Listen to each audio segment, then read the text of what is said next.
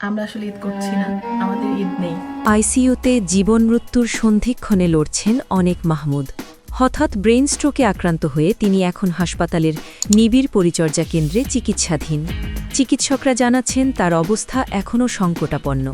এই খবরে ভেঙে পড়েছে তার পরিবার। আর নতুন করে আলোচনায় এসেছেন তার সাবেক স্ত্রী শাবনূর। দূরে অস্ট্রেলিয়ায় অবস্থান করলেও এই খবর শুনে মানসিকভাবে ভেঙে পড়েছেন শাবনূর। এমনটাই জানাচ্ছেন তার ঘনিষ্ঠরা। দীর্ঘদিন আগেই তাদের দাম্পত্য জীবনের ইতি ঘটলেও অতীতের স্মৃতি আর সন্তানের বাবার এই কঠিন পরিস্থিতি তাকে গভীরভাবে নাড়িয়ে দিয়েছে। ঘনিষ্ঠ সূত্রে জানা গেছে, খবরটি শোনার পর থেকেই শাবনূর নাকি বারবার কান্নায় ভেঙে পড়ছেন। তিনি আবেগঘন কণ্ঠে বলেন, জীবনে অনেক কিছু বদলে গেছে, কিন্তু কিছু সম্পর্ক কখনো মুছে যায় না। অনেক আমার জীবনের একটা বড় অংশ ছিল।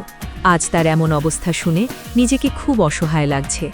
তিনি আরও বলেন, আমার ছেলে আইজান তার বাবাকে খুব ভালোবাসে। ও বারবার আমাকে জিজ্ঞেস করছে কখন আমরা দেশে যাব, কখন সে তার আব্বুকে দেখবে। একজন মা হিসেবে এই প্রশ্নের উত্তর দেওয়া আমার জন্য খুব কষ্টের।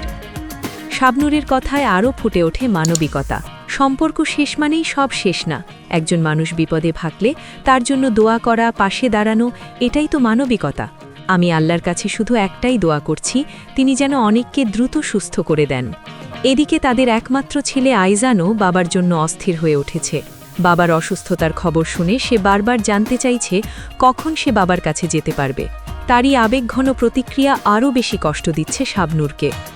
অনেক মাহমুদের পরিবারের সদস্যরা দিনরাত তার সুস্থতার জন্য দোয়া করছেন। চিকিৎসকরাও সর্বোচ্চ চেষ্টা চালিয়ে যাচ্ছেন।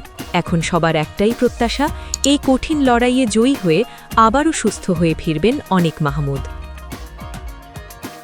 Icon Focus 24 TV, powered by 4D Fourth Dimension. আমাদের চ্যানেলটি সাবস্ক্রাইব করে আমাদের সাথে থাকুন।